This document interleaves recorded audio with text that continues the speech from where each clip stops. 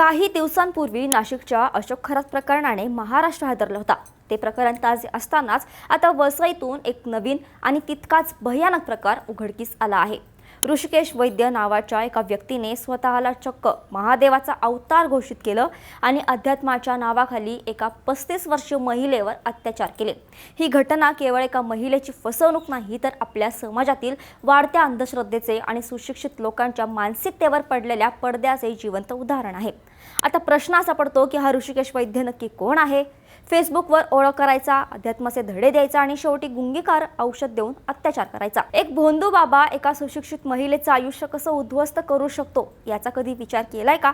आणि सर्वात महत्त्वाचं म्हणजे जर उद्या एखादी सुशिक्षित व्यक्ती जी सोशल मीडियावर सक्रिय आहे तुमच्या समोर येऊन म्हणाली की मी साक्षात देवाचा अवतार आहे, तर तुम्ही त्यावर विश्वास ठेवाल का? या आणि अशा बऱ्याच प्रश्नांची उत्तर आपण या व्हिडिओच्या माध्यमातून जाणून घेणार आहोत। नमस्कार, मी मृदुला आणि तुम्ही पाहताय थोडक्यात। मित्रांनो, तुम्ही अद्यापही थोडक्यातला फॉलो आणि सबस्क्राइब केला नसेल तर नक्की करा, कारण सर्व प्लॅटफॉर्म्स मिळून आतापर्यंत 30 लाखाहून अधिक लोक दर्जेदार बातम्यांसाठी आम्हाला फॉलो करतात। आता वळूया आपल्या मुख्य विषयाकडे। ऋषिकेश वैद्य हा वसईतील स्टेला परिसरातील ओम राधाकृष्ण इमारतीत राहणारा एक सामान्य माणूस होता, पण त्याने स्वतःभोवती धर्मगुरू असण्याचं एक वलय निर्माण केलं होतं।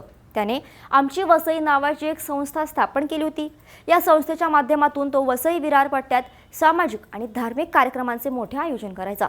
वसई किल्ल्यातील दीपोत्सव असो किंवा इतर धार्मिक प्रवचने, या माध्यमातून त्याने तरुण तरुणींना आणि महिलांना आपल्याकडे आकर्षित केलं होतं। तो दिसायला सुशिक्षित होता, सोशल मीडियावर सक्रिय होता आणि अत्यंत प्रभावीपणे बोलायचा, ज्यामुळे लोक त्याच्यावर सहजपणे विश्वास ठेवायचे। नेमकं प्रकरण काय घडलं हे समजून घेणं महत्त्वाचं आहे। पुण्यातील एका 35 वर्षीय महिलेची ऋषिकेशशी 2023 मध्ये फेसबुकवर ओळख झाली। पीडित महिला धार्मिक वृत्तीची होती। याच गोष्टीचा फायदा ऋषिकेशने घेतला। तिला अध्यात्म शिकवण्याच्या बहाण्याने त्याने जवळीक साधली। डिसेंबर 2023 मध्ये तो तिला भेटायला पुण्याला गेला। तिथे त्याने तिला सांगितलं की मी साक्षात महादेवाचा अवतार आहे आणि तू माझी पार्वती आहेस।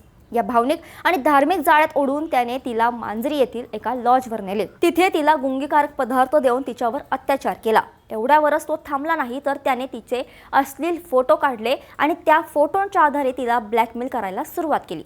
मे 2025 मध्ये पुन्हा एकदा वसईतील एका हॉटेलमध्ये त्याने तिच्यावर अतिप्रसंग करण्याचा प्रयत्न केला।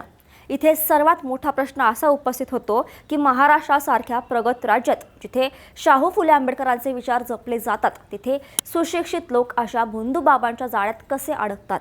पीडित महिलेने हिंमत दाखवली ती अशोक खरात प्रकरण बाहेर आल्यानंतर। याचा अर्थ असा आहे की समाजात अजूनही अशा अनेक पीडिता असू शकतात ज्या भीतीपोटी किंवा बदनामीच्या धास्तीने समोर येत नाहीत।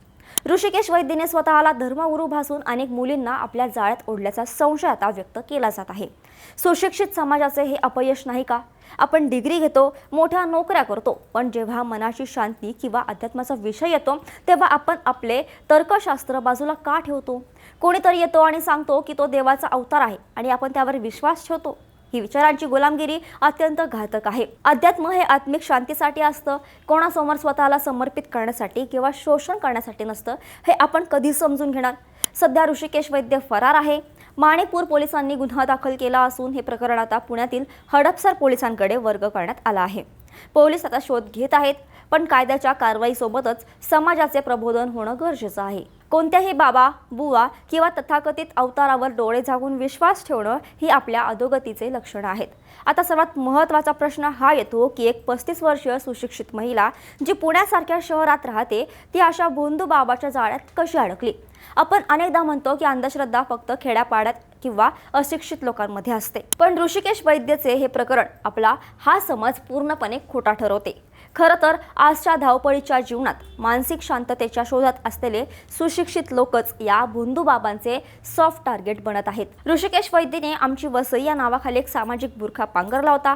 तो केवळ मंदिरात बसून जप करणारा बाबा नव्हता, तर तो गड किल्ल्यांचे संवर्धन, दीपोत्सव आणि सामाजिक कार्यात हिरिरीने भाग घेणारा होता। जेव्हा एखादी व्यक्ती समाजासाठी काम करताना दिसते तेव्हा लोकांचा तिच्यावरचा विश्वास अधिक दृढ होतो। याच विश्वासाचा फायदा घेऊन त्याने पीडितेच्या धार्मिक वृत्तीचा गैरफायदा घेतला। त्याने फेसबुकचा वापर केला। तिथे तो अध्यात्मावर प्रवचने द्यायचा, पोस्ट टाकायचा आज ते भोंदूबाबा हे हायटेक झाले आहेत हे आपण लक्षात घेतलं पाहिजे. मी महादेवाचा अवतार आणि तू माझी पार्वती आहेस हे वाक्य वाचायला किंवा ऐकायला आपल्याला कदाचित विचित्र वाटेल, पण जेव्हा एखादी व्यक्ती मानसिकदृष्ट्या कमकुवत असते किंवा गुरुच्या शोधात असते तेव्हा अशा वाक्यांचा वापर करून तिचं ब्रेन वॉश केलं जातं. याला स्पिरिच्युअल गॅसलाइटिंग म्हणतात. समोरच्या व्यक्तीला असे भासवलं जातं की तिच्या आयुष्यातील सर्व संकट हा बाबाच दूर करू शकतो. आणखी एक गंभीर मुद्दा म्हणजे अश्लील फोटोंचा वापर करून ब्लॅकमेल करणं. हे केवळ भोंदूगिरी नाही, तर हा एक पूर्वनियोजित सायबर क्राईम आणि शारीरिक शोषणाचा प्रकार आहे. गुंगीकारक पदार्थ देऊन अत्याचार करणे हे दर्शवतं की ऋषिकेश वैद्य हा कोणताही धर्मगुरू नसून तो एक सर्राईत गुन्हेगार आहे. त्याने केवळ एका महिलेचे नाही तर संपूर्ण समाजाच्या विश्वासाचे शोषण केले आहे. पीडित महिलेने सांगितल्याप्रमाणे त्याने अशाच प्रकारे अनेक मुलींना आपल्या जाळ्यात ओढल्या असण्याची शक्यता नाकारता येत नाही. आता आपण कायदेशीर बाजू पाहूया. महाराष्ट्रात अंधश्रद्धा निर्मूलन कायदा म्हणजेच anti superstition and black magic act अस्तित्वात आहे. अशा भोंदूबाबांविरुद्ध केवळ बलात्काराचाच नाही तर या कायद्याअंतर्गतही कडक कारवाई होणं गरजेचं आहे. पण कायदा आपले काम करेलच, प्रश्न आपल्या मानसिकतेचा आहे. आपण जोपर्यंत चमत्कार आणि अवतारांच्या मागे धावणं थांबत नाही तोपर्यंत असे ऋषिकेश वैद्य समाजात निर्माण होत राहतील. आपल्याला हे समजून घ्यावं लागेल की कोणताही खरा साधू किंवा गुरु कधीही तुम्हाला गुंगीकारक औषध देणार नाही किंवा तुमच्याकडून शारीरिक सुखाची अपेक्षा करणार नाही.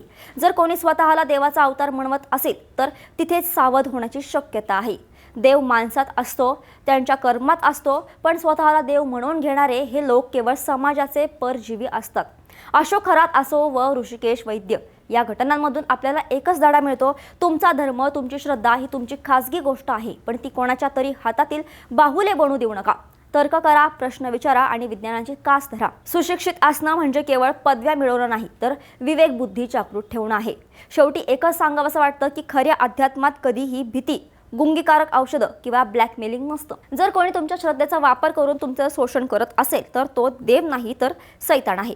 आपण अशा प्रवृत्तींविरुद्ध आवाज उठवायलाच हवा. तुम्हाला काय वाटतं? सुशिक्षित लोक अशा भोंदूगिरीला बळी का पडतात?